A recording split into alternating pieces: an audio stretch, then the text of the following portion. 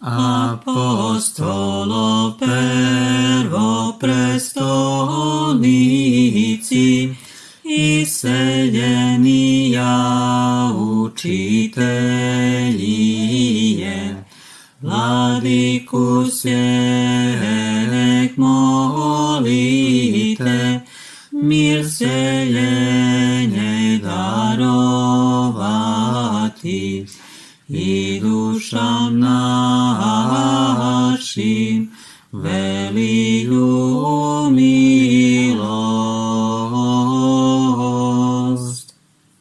Slava Otcu i Sinu i Svjatomu Duhu, i ninje i prisno i vo vijeki vjekov. Amin.